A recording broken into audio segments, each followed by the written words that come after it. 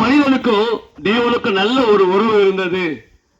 அந்த உறவு மனிதன் பாவம் செய்தபடினாலே மனிதனுக்கு தேவனுக்கு இருந்த உறவு துண்டிக்கப்பட்டது.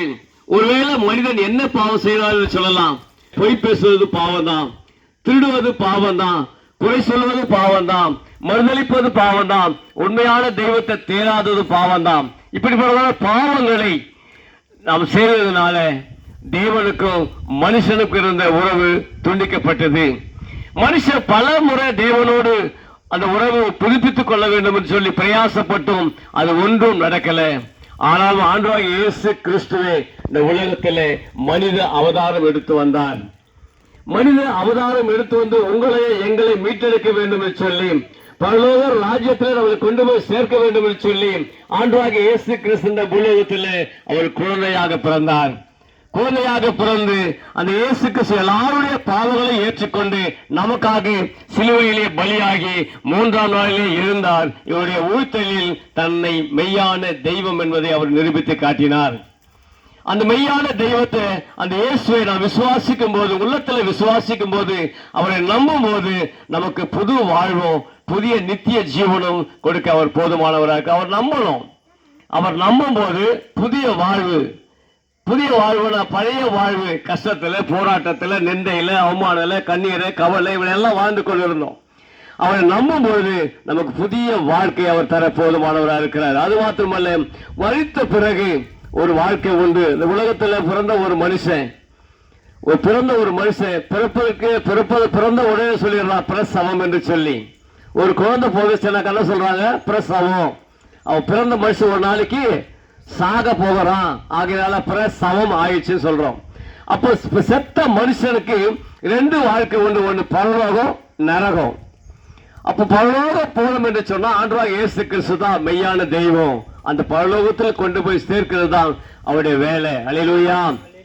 அதான் வசனம் சொல்லுகிறது, அந்த பரலோக ராஜ்யத்திற்கு நானே வழியும் சத்தியமும் ஜீவனமா இருக்கிறேன், என்னால் அன்றி ஒருவரும் பிதாவிடத்தில் வர முடியாது. இயேசுவை தவிர ஒருவரும் பிதாவிடத்தில் அவர் மூலமா தான் கொண்டு போவார் என்று சொல்லி அந்த இயேசு சொல்லுகிறாரு.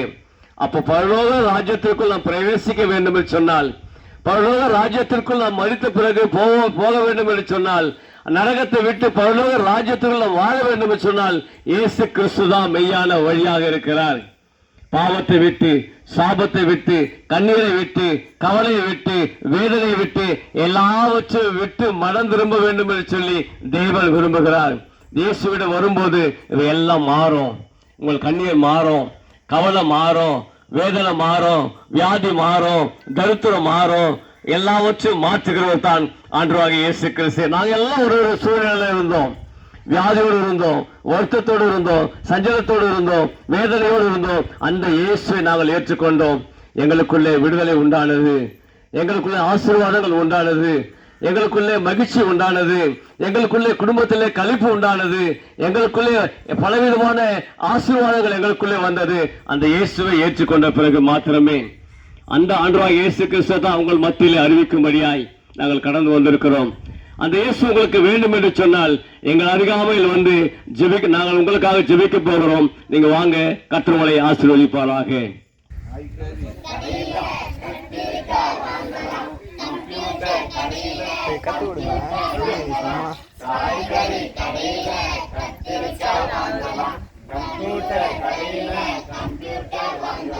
சமாதானம் வாங்க முடியுமா தம்பி? சமாதானம் வாங்க முடியுமா? சமாதானம் இல்லாத இந்த உலகிலே சமாதானம் தருபவர் இயேசு ஒருவரே. சமாதானம் இல்லாத இந்த உலகிலே சமாதானம் தருபவர் இயேசு ஒருவரே. சூப்பரா நீங்களா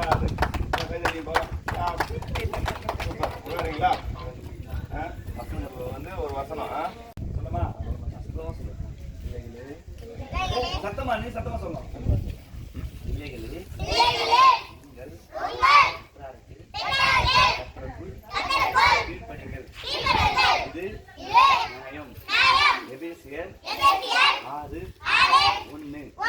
பிள்ளைகளே, ஐயா நல்லா சத்தமா சொல்லுவாரு.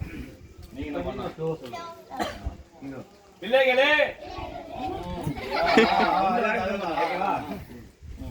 பிள்ளைகளே உங்கள் பெற்றாருக்கு கர்த்தருக்குள் கீழ்ப்படிங்கள், இது நியாயம். எபேசியர்